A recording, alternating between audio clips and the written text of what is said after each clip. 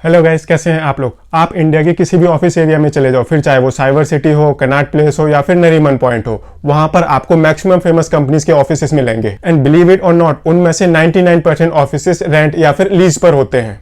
वो कंपनीज जो easily office को परचेस करना अफोर्ड कर सकती हैं, वो कंपनीज भी ऑफिस को रेंट पर लेना प्रेफर करती हैं। ऐसा क्यों? Let's discuss in this video. सबसे पहले जानते हैं, अगर आप ऑफिस परचेस करते हो तो आपकी बुक्स में इसका क्या इंपैक्ट होता है। जब आप ऑफिस परचेस करते हो तो आपकी बुक्स में एक एसेट क्रिएट हो जाता है। एंड अगर आप उस ऑफिस को कैश डाउन परचेस करते हो तो उस टाइम आपके पास से हैवी कैश आउटफ्लो होता है। एंड अगर आपने ऑफिस लोन लेकर परचेस किया है तो आपको उस लोन पर इंटरेस्ट देना पड़ता है। ऑफिस की कॉस्ट पर आप डेप्रिसिएशन क्लेम कर सकते हो, एंड जो आपने इंटरेस्ट पे किया है, ये दोनों ही खर्चे आपके एडमिसिबल एक्सपेंसेस होते हैं। इन दोनों खर्चों पर आपको टैक्स का बेनिफिट भी मिलता है। अब आपने ऑफिस परचेस किया है तो वो आपकी प्रॉपर्टी है, एंड इस वजह से आपका रेंट का आउटफ्लो बच जाता है। इस केस में बोथ डेप्रिसिएशन एंड इंटरेस्ट ये आपके प्रॉफिट एंड लॉस को इंपैक्ट करते हैं। दूसरा ऑप्शन है, जब आप ऑफिस को रेंट पर लेते हो तो उसका आपकी बुक्स पर क्या इंपैक्ट पड़ता है। बेसिकली जब भी आप ऑफिस को रेंट पर लेते हो तो आपको रेगुलर रेंट पे करना पड़ता है, एंड उस रेंट पर भी आपको इनकम टैक्स में बेनिफिट मिलता है। एंड अगर आपने ऑफिस रेंट पर लिया है तो आप उसको एग्रीमेंट के हिसाब से नोटिस देकर कभी भी खाली कर सकते हो एंड दूसरी जगह मूव कर सकते हो। बट जो आपका रेंट एक्सपेंस होता है वो फिक्स एक्सपेंस होता है, एंड अगर आपकी सेल इंपैक्ट हुई, बिजनेस में कोई इंपैक्ट हुआ,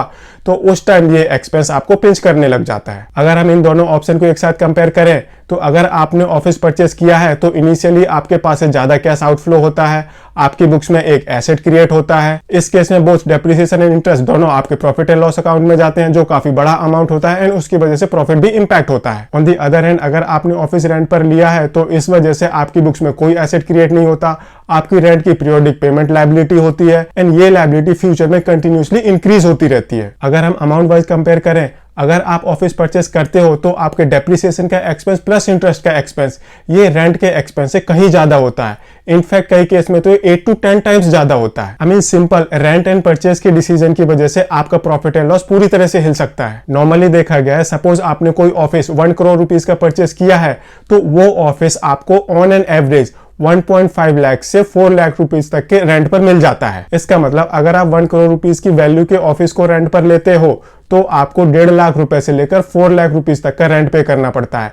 यही आपका मैक्सिमम एक्सपेंडिचर होता है। ऑन दी अदर हैंड, अगर आपने इस ऑफिस को परचेस किया है तो आपका डेप्रिसिएशन एंड इंटरेस्ट एक्सपेंस ये on an average 8 lakh rupees से 20 लाख रुपीस तक भी हो सकता है। ये अपने आप में बहुत बड़ा डिफरेंस है, एंड काफी इंपॉर्टेंट रोल प्ले करता है आपको ऑफिस को परचेस करना है या फिर उस ऑफिस को रेंट पर लेना है। अब जानते हैं बड़ी कंपनीज के बारे में। वो कंपनीज ऑफिस को क्यों रेंट पर लेना प्रेफर करती हैं।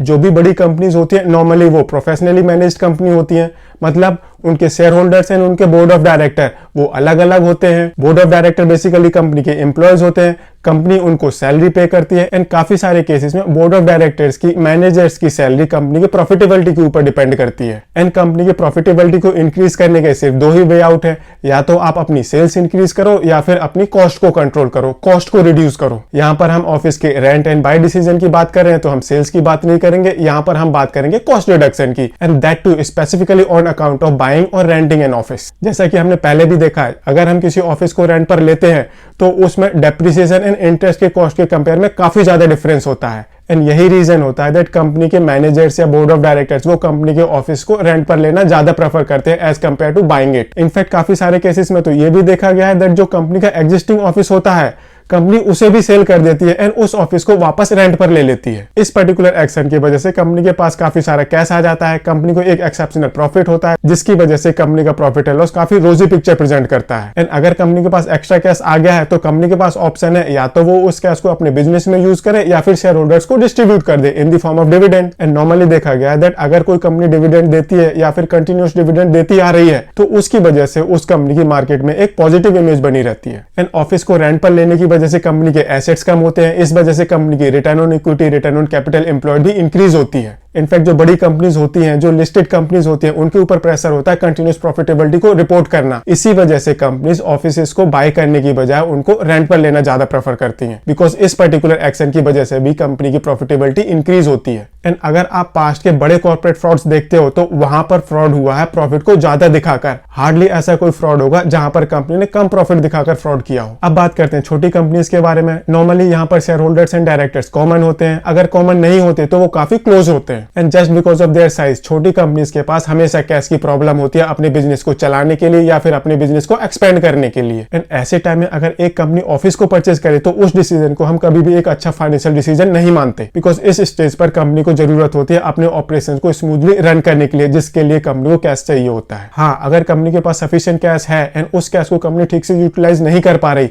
तो उस केस में ऑफिस को परचेज करना एक अच्छा फाइनेंशियल डिसीजन माना जाता है। बट ऐसी सिचुएशन छोटी कंपनी के केस में काफी कम होती है। हाँ, अगर कोई कंपनी अपने ऑफिस की नॉर्मल वर्किंग को इंपैक्ट करे बगैर एक ऑफिस एसेट क्रिएट कर सकती है तो ये पर्टिकुलर डिसीजन कंपनी के शेयर होल्डर्स के लिए एंड डायरेक्टर्स के लिए काफी बेनिफिशियल होता है। सो ये कुछ रीजंस थे जिसकी वजह से कंपनीज ऑफिसेस को रेंट पर या फिर लीज पर लेना ज्यादा प्रेफर करती है as compare to buying it. अगर आपको वीडियो पसंद आया हो तो इसे लाइक शेयर जरूर करें एंड चैनल को सब्सक्राइब करें। Thank you.